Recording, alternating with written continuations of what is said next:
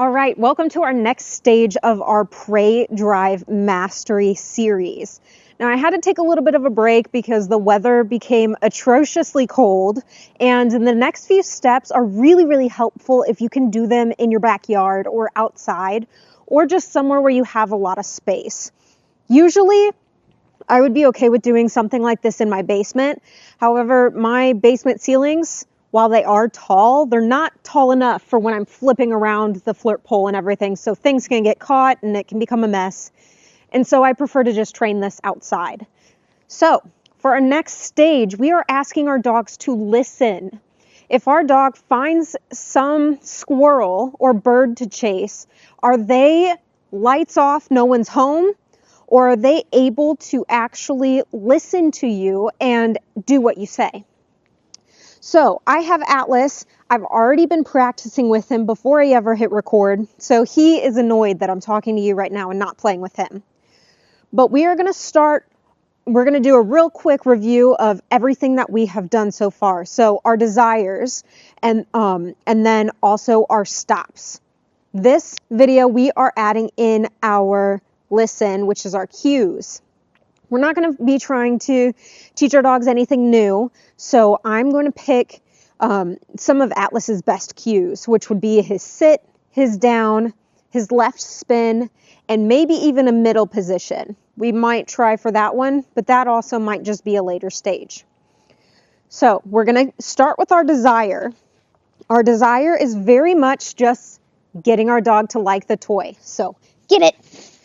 Good job. We're going to pulse it like it's a new toy, new distraction, or it's real. A real toy, real life. Get your paw off of the string, you goofball. Yeah, get it. Remember, the toy stays on the ground the whole time we're doing this, and we want our dog to have a lot of wins as well. If we can get our dog prancing with it, even better. The other thing is we want to work both directions.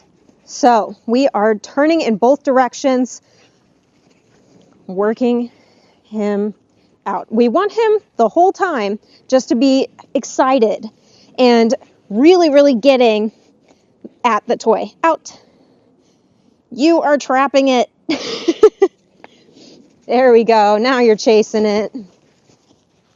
Good job. Since Atlas is a healer, he has a tendency to try and cut corners. So instead of working in a nice circle, then he is just trying to cut corners. So for him specifically, out.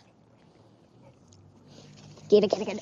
I am moving the toy a lot slower because I want the toy right on his nose. And then after he's done a little bit of running, I'm going to let him get it. This whole game is dependent on a lot of wins for our dogs.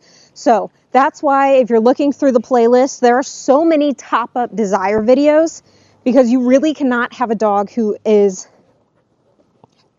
too much desire. It's impossible. Oh, there we go.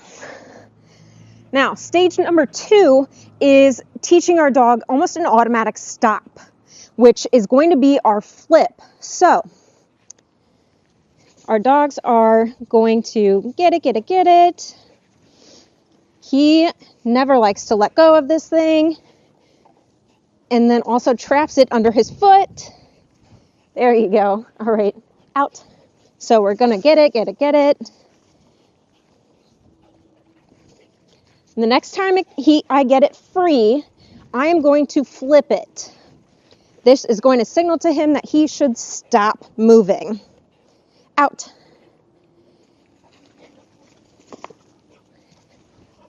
He's not going to stop moving, so I'm just going to flip it again. Get it!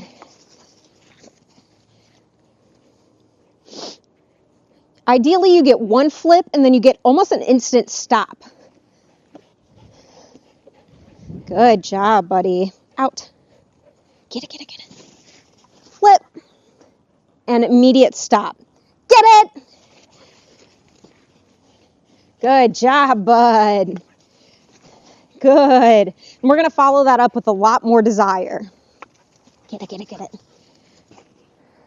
Remember, we want to work our dog in both directions. Your dog will naturally have a favorite direction he wants to move. You can tell that clockwise is not Atlas's favorite. At least right now it's not. Good job. You want to keep your dog moving as much as possible, but if they want to tug with the toy, they can. Totally okay. All right. Now we're going to move on to stage 3, which actually means we're going to put the flirt pole in the same room, but to the side. No, out. Thank you. If that's too difficult for your dog, then have it in the same room, but not visible. And we're going to work on our obedience.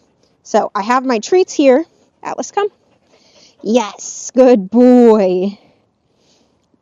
Down. Yes. Left. That was middle, you goofball. Left.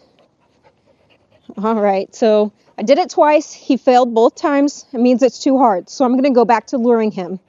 No big deal. We have a huge distraction that's preventing him from being able to do this. Totally fine. Yes. Left. Yes. Now I'm going to try again. Left. Yes, good boy. Down. Yes. All right, once your dog is doing pretty decently at doing our cues while the toy is in the room, now we can start adding it in to our play. So, free. So I released Atlas. He chose not to get up. That's fine. And I'm also going to release him. We're going to go right into desire, and then we're going to flip and then ask for a behavior. So, get it. Good. Get it. Good boy. Good. Nice job, bud.